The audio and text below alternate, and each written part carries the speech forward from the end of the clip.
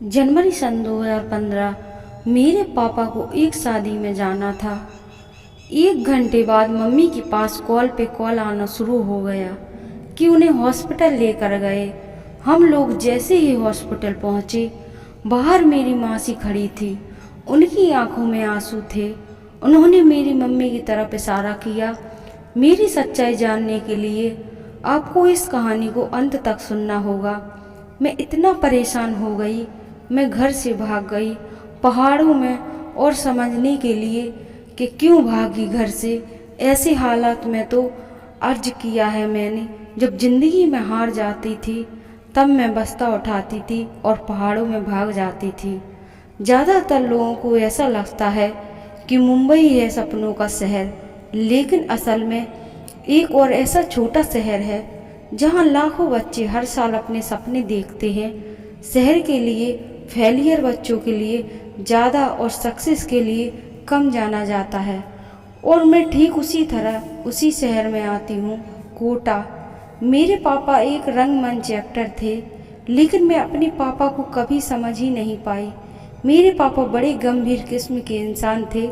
उन्हें मैंने आज तक खुल के हंसते नहीं देखा। एक डायलॉग है कि खुल के रोओगे नहीं तो खुल के हंसोगे कैसे। बस वैसे ही कुछ था उनके पास। वो कम बोलते थे, अपने में रहते थे, लेकिन मेरी माँ से बहुत प्यार करते थे। वो पहली चीज़ मैंने उनसे सीखी थी कि मम्मी की तबीयत अचानक ख़राब होने लगी, और मेरी मम्मी की तबीयत इतनी ख़राब हो गई कि गंभीर बीमारी का रूप ले लिया। मेरी माँ के 3 ऑपरेशन हुए। हम भाई बहन रिश्तेदारों के यहाँ छोड़ दिया गया। उन्होंने मगर पीठ पे ही सही खाना देकर और मार लगाकर हम लोगों को जिंदा रखा। मेरी राइटिंग की शुरुआत वहीं से हुई। मैं अपनी मम्मी को लेकर लेटर लिखती थी, वो कब आएंगे, हमें कब यहाँ से ले जाएंगे। लेकिन कुछ सालों बाद पता चला कि मेरी पीड़ा तो कुछ भी नहीं है, क्योंकि मेरी मम्मी मौत के मुंह से बाहर निकल के आई थी। डॉक्टर ने मना कर दिया था मम्मी को बचा पाना। सारे रिश्तेदार आ गए थे। मेरे पापा जी ने जी जान लगा दिया मम्मी के इलाज करने में, और वो सही सलामत घर लेकर आए। उन्होंने मेरे लिए कोई कसर नहीं छोड़ी।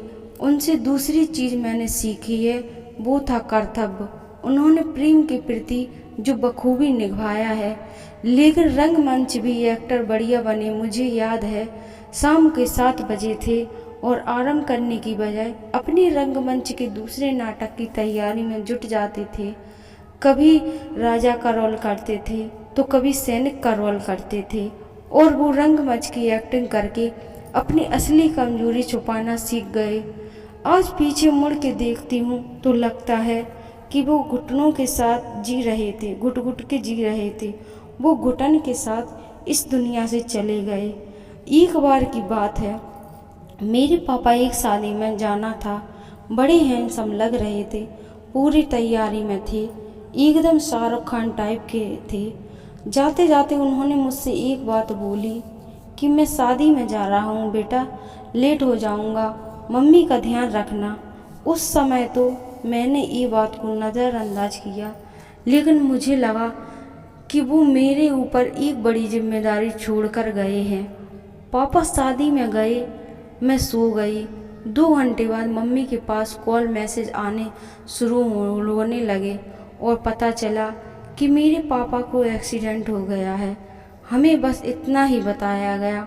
मम्मी ने एक बैग उठाया, उसमें सारी ज़रूरत का सामान, खाने पीने की, बर्तन अर्तन सब कुछ रख लिया, क्योंकि हॉस्पिटल में तो किसी भी चीज़ की ज़रूरत पड़ सकती है। उस समय हमें लग रहा था कि हमें सबसे ज़्यादा ज़रूरत है तो सिर्फ भगवान जी की। मैंने अपने पर्स में एक छोटी सी भगवान की मूर्ति रखी थी। मैंने जैसे ही वो तस्वीर निकाली, वह टूटकर नीचे गिर गई और उसके 3 टुकड़े हो गए। यही भगवान का कैसा इशारा था, लेकिन हालात कुछ ऐसे थे कि ये सब नहीं सोचा। 3 टुकड़े लेकर हॉस्पिटल चले गए। हम जैसे ही हॉस्पिटल पहुँचे, मैंने माँ से खड़ी थी, उनकी आंखों में नमी थी। उन्होंने मेरी मम्मी से बस इशारा किया कि नहीं। मेरी मम्मी वहीं गिर गई। जैसे तैसे अपने होश संभाले अपने पापा को स्ट्रेचर से बाहर लाया जा रहा था और पहली बार मैंने अपने पापा को चुप से चुप देखा। हम उन्हें घर तो ले आए, लेकिन घर को घर बनाने वाला इंसान अब नहीं रहा था। हमारे घर की नींव कमज़ोर हो गई थी। 3 साल लग गए मेरे भाई और मम्मी को समझने में। हम खुद को एक दूसरे को संभालने लगे। मेरे पापा जाते जाते मुझे एक चीज़ दे गए, उनको जुनून। जिस सीढ़ी पर इस जुनून को छोड़कर चले गए थे, ठीक उसी सीढ़ी से मैंने उनकी यादें, उनका आशीर्वाद लेकर चढ़ना शुरू कर दिया। अपनी पहली कविता पापा के नाम लिखी। पापा के बाद मैंने खुद को कविताओं और कहानी में झोंक दिया। उस समय मुझे पैसों की परवाह नहीं थी, बस जुनून था कुछ करने का। सन 2015 में सन 2016 तक लिखती रही। फिर मैंने इंस्टाग्राम पर कविता डालना शुरू किया। आज मेरे पास मिलियन फॉलोवर हैं।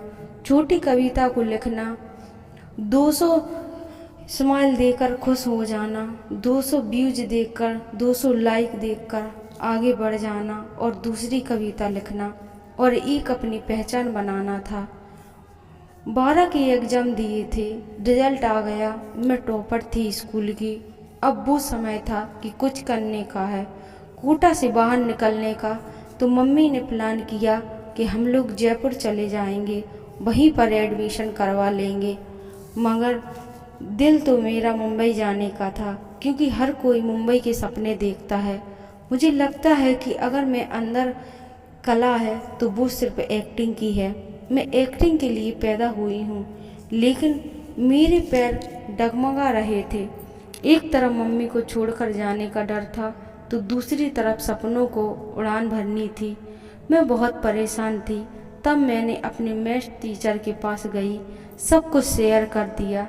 तब उन्होंने मुझे एक बात बोली, जहाँ माँ बाप की ज़रूरत हो वहाँ हर चीज़ कुर्बान करनी चाहिए, क्योंकि अगर तुमने कुछ पा लिया तो मुझे वो वक्त याद आएगा। तू अपना वक्त घर वालों के साथ बिता सकती है, मगर वक्त की भाग दौड़ में दूसरों को तेरी कीमती वक्त छीन लिया। इसी हिम्मत को अपने साथ लेकर मैं मम्मी और भाई के साथ जयपुर चली गई। वहाँ के कॉलेज में एडमिशन ले लिया। जो फिर मैंने सोचा, एक्टिंग तो कर पा रही हूँ, लेकिन राइटिंग को जारी रखती हूँ। लेकिन दौड़ बदल रही थी और मुंबई में एक नया शब्द सुनने को आया कि वायरल। मुझे पता चला कि इंस्टाग्राम और यूट्यूब पर रील्स डालते हैं, वो वायरल हो जाते हैं।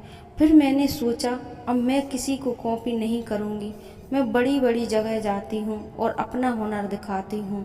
फिर सन 2020 आया। मैंने जिस हद तक अपनी कला में थी, उसी तरह मुझे एक शख्स मिला। दिन भर दुकान पर बैठकर पैसा जोड़ता था और रात को गाना बनाता था। उसकी यही आदत मुझे प्यार हो गया। पापा के बाद हर किसी से मुझे डर लगता था कि मुझे छोड़ ना दे। मैं उससे बोलती थी, तुम मुझे छोड़ तो नहीं दोगे। वो मुझे यकीन दिलाता था कि मैं तुम्हें नहीं छोड़ूंगा।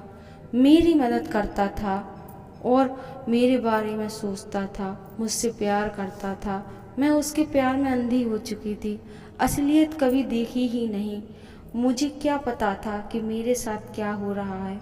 उसने मुझे अपने प्यार में ऐसे फांस लिया था कि उससे दूर जा पा ही नहीं रही थी, और जितने मैं उससे दूर जाती थी उतने उसके पास आ जाती थी, और मैं उसके पास आना बिल्कुल पसंद नहीं करती थी।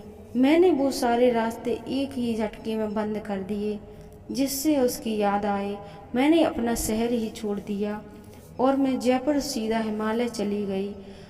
12 से सन 2022 तक मेरा ब्रेकअप हुआ और 13 अक्टूबर को मैंने एक कंपनी में अपना इंटरव्यू दिया।